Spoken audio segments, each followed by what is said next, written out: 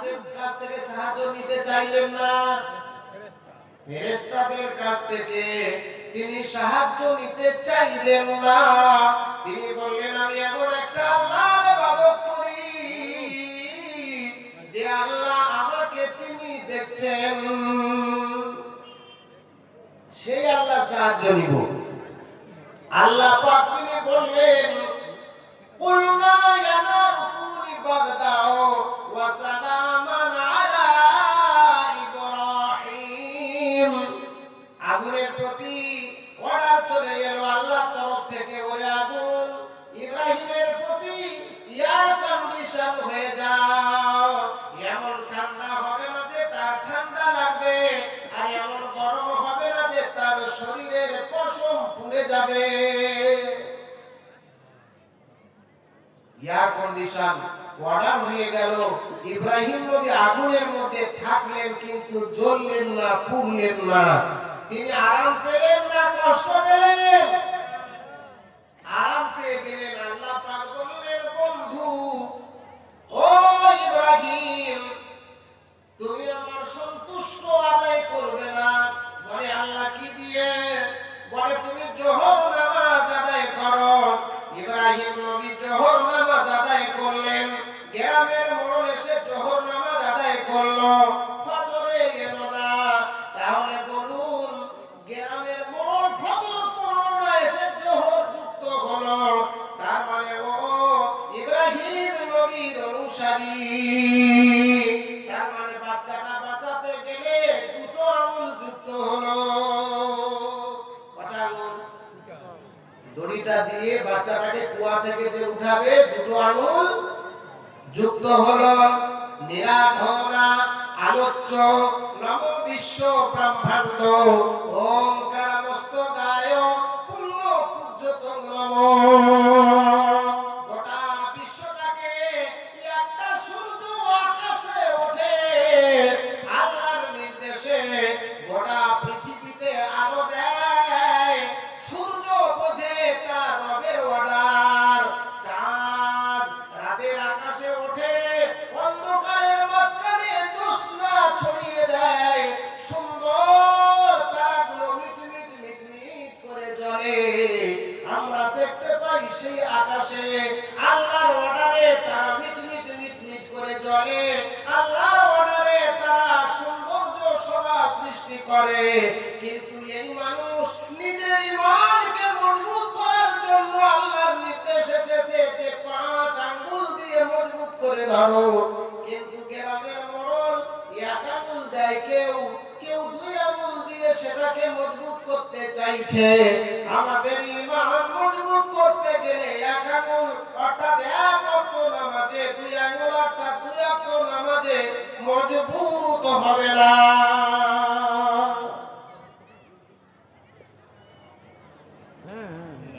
এবার মসজিদের সেক্রেটারি এসেছে আসর নামাজে।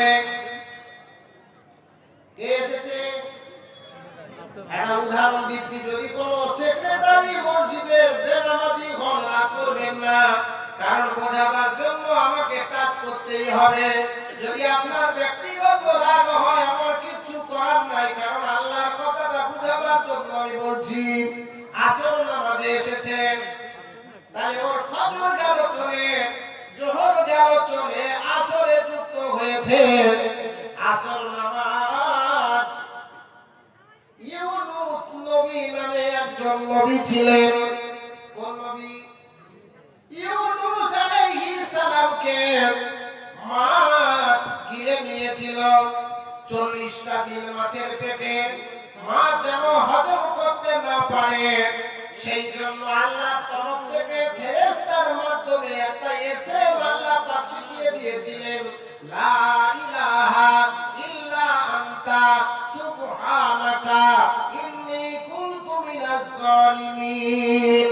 লা ইলাহা ইল্লা আনতা সুবহানাকা ইন্নী কুনতু মিনাজ জালিমিন। আল্লাহ শিখিয়ে দিলেন, এই এসএমটা তুমি পড়ো। 40টা দিন তিনি এই এসএম পড়লেন। পড়ার পরে মাছ ইউনূস নবী আলাইহিস সালামকে হজম করতে পারল না। 40 দিন পরে মাঝ দিয়ে নদীর একটা তটে, তট মানে নদীর কিনারা বা চড়া বলে অনেকেই, সেখানে বমি করে দিয়েছে।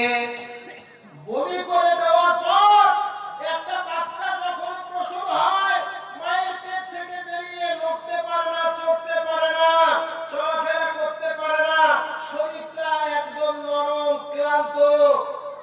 সেই পর্যায়ে নবী ইউনূস আলাইহিস সালামকে আল্লাহ পাক অর্ডার করলেন, তুমি যে 40 দিন মাছের পেট থেকে কষ্ট থেকে পরিত্রাণ পেলে আমাকে সন্তুষ্ট করবে না?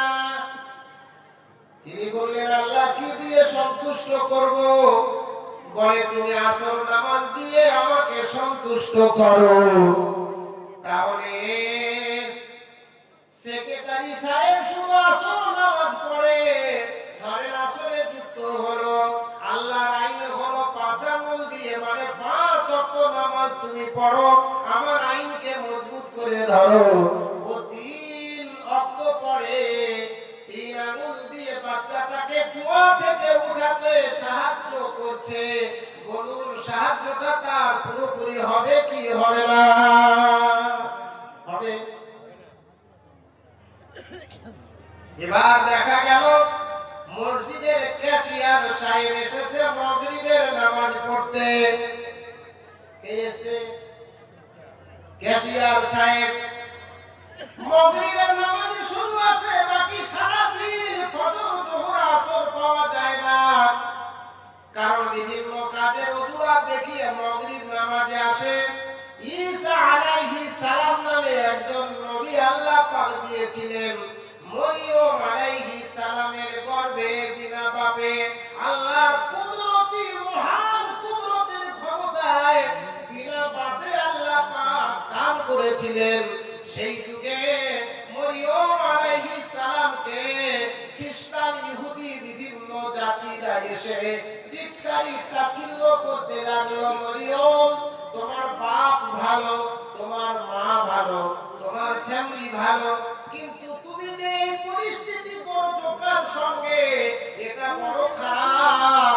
তখন নবী ঈসা আলাইহিস সালাম তিনি এই দুনিয়ার বুকে এসেছেন, ভূমিষ্ঠ হয়ে এই বসুন্ধরাতে এসেছেন। আল্লাহ পাক শিখিয়ে দিলেন, ও মরিয়ম, তোমাকে বিদ্রুপ করতে আসবে, খারাপ কথা বলতে আসবে, তুমি দেখিয়ে দিবে তোমার এই শিশু সন্তানকে যে আমার ব্যাপারে এই শিশু পরিচয় দিতে পারবে। নারায়ে তাকবীর! কে পরিচয় দিতে পারবে? ওই শিশুটাই পরিচয় দিতে পারবে। মা বোনদের উদ্দেশ্যে বলছি যে আপনারা দান দিবেন, কোরআন দান দিবেন না। কেন? যে এটা কবরস্থান প্রাচীর বা কবরস্থানের ওয়াল হবে, তার জন্য এটা জালসা আয়োজন করেছে। আপনি যদি কোরআনটা দান দেন, তাহলে কোরআনটাকে বিক্রি করা অসম্ভব হয়ে যাবে। অতএব আপনার কোরআনের পরিবর্তে টাকাটা দিবেন, এটা আপনাদের কাছে অনুরোধ। মরিয়ম আলাইহিস সালাম বলে দিলেন যে আমার ব্যাপারে ভালো কথা জানে এই শিশুটা। কোন কোন মুফাসসির বলেছেন শিশুটার বয়স তখন 2.5 দিন ছিল। কয় দিন? মানে 2 দিন হয়ে অর্ধেক হয়েছে দিনটা।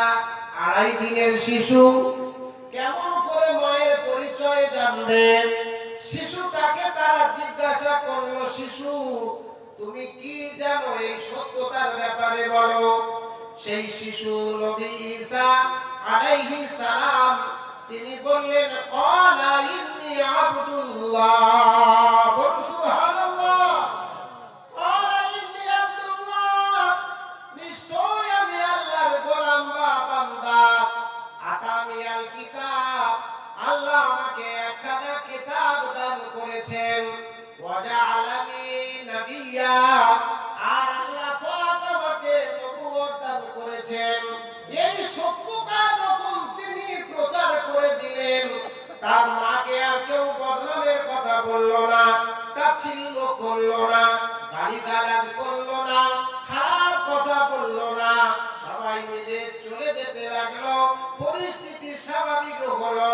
আল্লাহ পাক ঈসা নবীকে অর্ডার করেছিলেন, এত বড় একটা বাজে কথা থেকে, খারাপ কথা থেকে সুন্দর পরিবেশে তোমাকে আমি আল্লাহ পাক সুন্দর পরিবেশে দান করলাম, আমাকে সন্তুষ্ট করবে না? বলে কি দিয়ে করব? তিনি মাগরিব নামাজ পড়ে আল্লাহকে সন্তুষ্ট করেছিলেন। কোন নামাজ? মাগরিব নামাজ পড়ে তিনি আল্লাহকে সন্তুষ্ট করেছিলেন। এবার গ্রামের ক্যাশিয়ার শুধু ওই মাগরিবটাই পড়ে। যদি মাগরিব পড়ে তবে ওই ঈসা নবীর অনুসারী হয়ে গেল। তার মানে ওই বাচ্চাকে কুয়া থেকে তোলার জন্য আল্লাহর নির্দেশ হলো 5 আঙ্গুল দিয়ে মজবুত করে ধরো, কিন্তু ও 4 আঙ্গুল দিয়ে মজবুত করতে এসেছে। বলেন 4 আঙ্গুল দিয়ে কি মজবুত হবে না? একটা এখন বাকি আছে। বাকি আছে না 4 আঙ্গুলে হয়ে যাবে? এবার গ্রামের সভাপতি সাহেব এসে এশার নামাজ আদায় করতে। বলে আমাকে শুধু সভাপতিটা দাও না, দেখো আমার পাওয়ার কেমন। সভাপতি দিয়েছে ওকে। সভাপতিকে শুধু এশার নামাজে পাওয়া যায়, ফজরে নাই, জোহরে নাই, আসরে নাই, মাগরিবে নাই। ও শুধু এশাতে এসছে। এশাতে এসে ও নামাজ আদায় করে। এশাতে এসে তাড়াহুড়ো করে নামাজ পড়ছে, কিন্তু জানতে হবে এশাটা আল্লাহ পাক নবী মুসা আলাইহিস সালামের উপরে আদায় করিয়েছিলেন। মুসা নবী আলাইহিস সালাম এমন একটা জামানায় তিনি এসেছিলেন, সেই জামানায় ফেরাউন নামে একজন খোদা দাবি করেছিল, আনা রাব্বুকুমুল আলা। কি বলে দাবি করেছিল? আনা রাব্বুকুমুল আলা, আমি রব, আমি সৃষ্টিকর্তা দাবি করেছিল। আল্লাহ পাক তার হেদায়েতের বাণী নিয়ে মুসা আলাইহিস সালামকে পাঠিয়েছিলেন। মুসা ফেরাউনের কাছে যাও, ইযহাব ইলা ফিরআউনা ইন্নাহু তাগা, সে সীমা লঙ্ঘন করেছে, তুমি দাওয়াত নিয়ে যাও। মুসা নবী আলাইহিস সালাম তিনি দাওয়াত নিয়ে গেলেন। ফেরাউনের কাছে যখন গেলেন, ফেরাউন বলল, মুসা তুমি তো আমার বাড়ি খাওয়া দাওয়া করেছিলে, আমার বাড়ি লালন পালন হয়েছিলে, তুমি এখন বিদেশ থেকে ঘুরে এসে বলছো আমি নবুয়ত পেয়েছি, তোমার ডকুমেন্ট কি আছে, দলিল কি আছে দেখাও। আল্লাহ পাক শিখিয়ে দিয়েছিলেন তোমার হাতটা বগলের মধ্যে রাখিও। নবী মুসা আলাইহিস সালাম আল্লাহর শেখানো কৌশল তিনি দেখালেন। হাত যখন বের করলেন, দেখে এই হাতের 5টা আঙ্গুলে নূরের আলো জ্বলে। এক প্রকৃতির অলৌকিক আলো, যেটাকে নবীদের আল্লাহ পাক দিয়েছিলেন বিভিন্ন নবীকে বিভিন্ন, এটাকে মুজিজা বলা হয়। তিনি যখন বের করে ফেরাউনের সামনে দেখালেন, ফেরাউনের চোখে সেই আলো ছটাটা লাগলো। আলোর ছটা লাগার পরে অস্বস্তি তৈরি হলো। ফেরাউন বলল, মুসা তুমি কি আমাকে হেদায়েত করতে এসেছো নাকি কষ্ট দিতে? বলে আমি হেদায়েতের জন্য এসেছি। বলে তাহলে তোমার এই আলোটা বন্ধ করো, আলোর দিকে আমি তাকাতে পারছি না, আমার চোখে অস্বস্তি লাগছে, বন্ধ করে দাও। তোমার এই আলোর পাওয়ারটা আমার কাছে খুব বেশি। আলোচ্য নব বিশ্ব, একটা সূর্য আকাশে ওঠে, সূর্যের দিকে যেমন তাকানো যায় না, কষ্ট লাগে, ব্যথা লাগে, তেমনি তোমার এই হাতের আঙ্গুলের দিকে আমি তাকাতে পারছি না, এটাকে বন্ধ করো। নবী মুসা আলাইহিস সালাম তিনি জামার পকেটের মধ্যে হাত ভরে দিলেন, আলোকিক বন্ধ হয়ে গেল। এবার ফেরাউন বলেছিল, তুমি কিছুদিন বাইরে থেকে জাদুবিদ্যা শিখে এসে আমাকে ভয় দেখাচ্ছ মুসা, আমার এলাকায় বড় বড় জাদুকররা আছে, তাদের ডাকবো, আর তোমাকে জাদু দেখিয়ে তোমাকে এই দেশ থেকে তাড়া করব, তোমার এই দেশ থেকে পিটাবো। সব জাদুকরদেরকে নেমন্তন্ন দিয়ে ডেকে আনলো মুসা আলাইহিস সালামের বিরুদ্ধে। এবার জাদুকররা এসে নবী মুসা আলাইহিস সালামকে বললেন, মুসা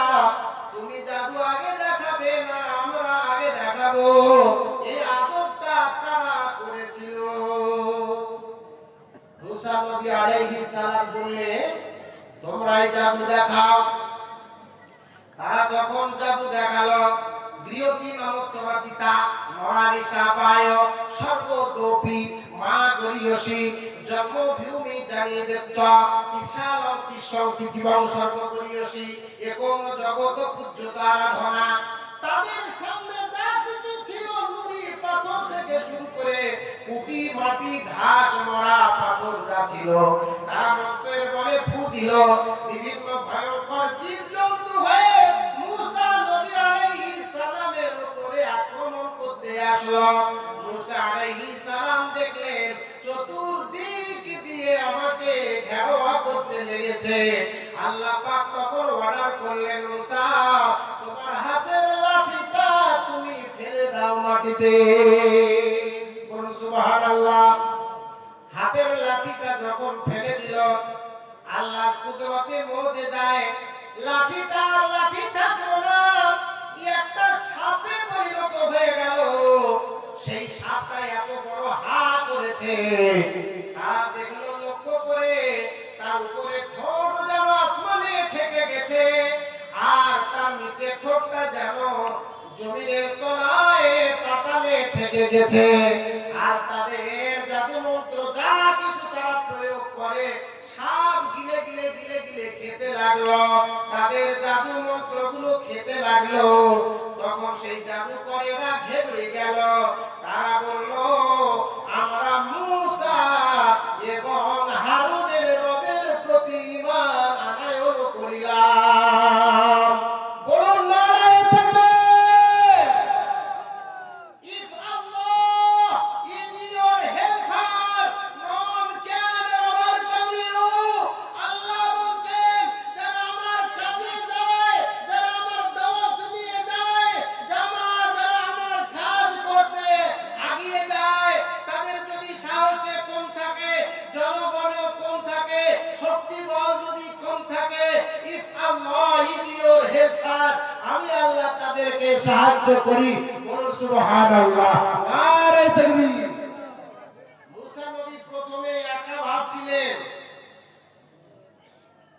তারপরে কতজন যুক্ত হয়ে গেল যে আমি একা দাওয়াত দিতে এসেছি, আল্লাহর অনুসারী এখানে আমি একা।